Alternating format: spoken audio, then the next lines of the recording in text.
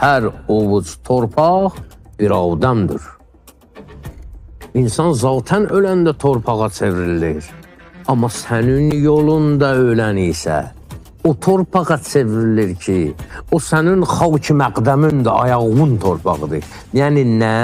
Yəni misal çəkək ki, İmam Hüseynin qanı hələ Kərbəlaya tökülməmişdi. Kərbəla bir Neynəva çölü idi.